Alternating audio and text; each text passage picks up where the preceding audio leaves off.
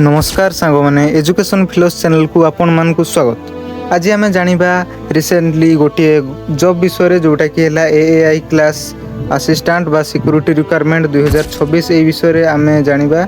तो सांग मैंने वीडियो को शेष पर्यटन निश्चय देखो पूरा डिटेल्स रे जानी पारिबे। आपनकर यार ना हला एएआई क्लास असिस्टेंट बा सिक्योरिटी रिक्वायरमेंट 2026 आपनकर जो airports authority of India government तरफ जॉबटा आपनकर अच्छी आ एडवर्टाइजमेंट नंबर एटा आपनकर 13/5/2026 रु आपनकर बाहरलानी आ एथिरे आपनकर पोस्ट रही असिस्टेंट पोस्ट रही एटा आपन 3 वर्ष पई करि परिबे। जदि आपन करने को चाहते आपनकर 3 वर्ष पर मध्य परमानेंट भी हो पारे। तो वीडियो को शेष पर्यटन निश्चय देखो पूरा डिटेल्स रे जानी पारिबे।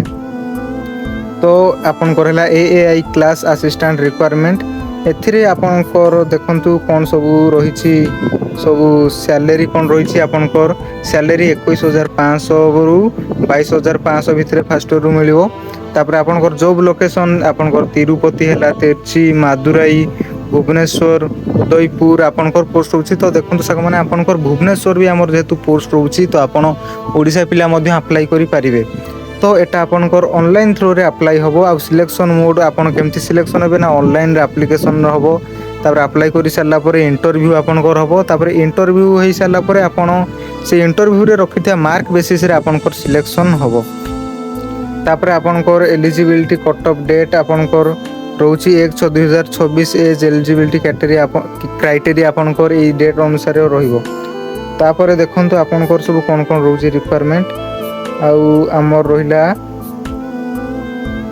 डेट ऑफ एडवर्टाइजमेंट एटा आपनकर 13/5 रु बाहरी सारलानी आ अप्लाई स्टार्ट डेट हे गलानी 11/6/2026 रु आ लास्ट डेट रोची 2/7/2026 आ आपनकर एज सब जो रिक्वायरमेंट अछि से 1/6/2026 ठु धरा हबो आपनकर एज टा। तो वीडियो को शेष पर्यटन निश्चय देखो। तापर देखंतु आपनकर कोन रहिला तापरे आपनकर रोची कोठी कोठी आपनकर वैकेंसी रोची देखंतु आपनकर वैकेंसी रोची कोठी ना आपनकर रोची तिरुपति रे आपनकर वैकेंसी रोची 9टा वैकेंसी तिरची रे रोची 23टा वैकेंसी मादुराई रे 9टा भुवनेश्वर रे 9टा उदयपुर रे 9टा टोटल आपनकर 62टा वैकेंसी रोची। तो आपनकर 62 जेहेतु आम भुवनेश्वर रे 9टा वैकेंसी अच्छी तो शीघ्र अप्लाई कर दिंतु कारण कौन रिटन टेस्ट ना।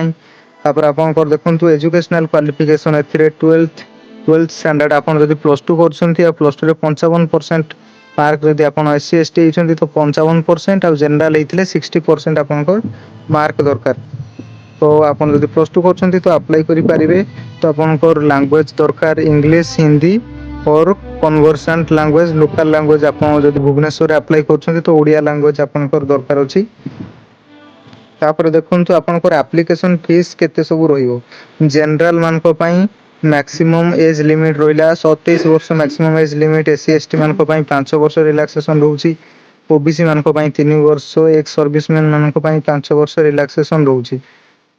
तापरे हमरो आसला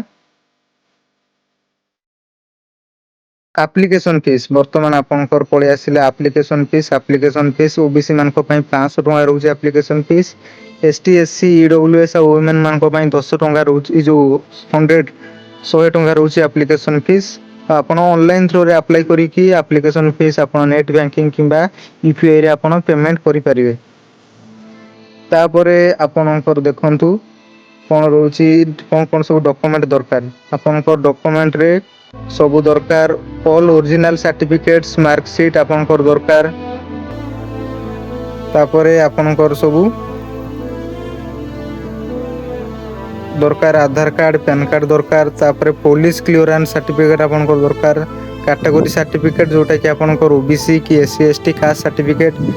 तापरे ई वाला सब आपनकर सब सर्टिफिकेट दरकार। तो यारो संग माने जदी आपनको पीडीएफ टा दरकार तो आपण कमेंट करि परिबे नहले नहीं आपण हमर चैनल रो बायो रे थिबा व्हाट्सएप चैनल रे जाई जॉइन कर जानतु से चैनल रे आपण यार पीडीएफ पाई जिवे। तो वीडियो भल लागिथिले चैनल को सब्सक्राइब करंतु। धन्यवाद।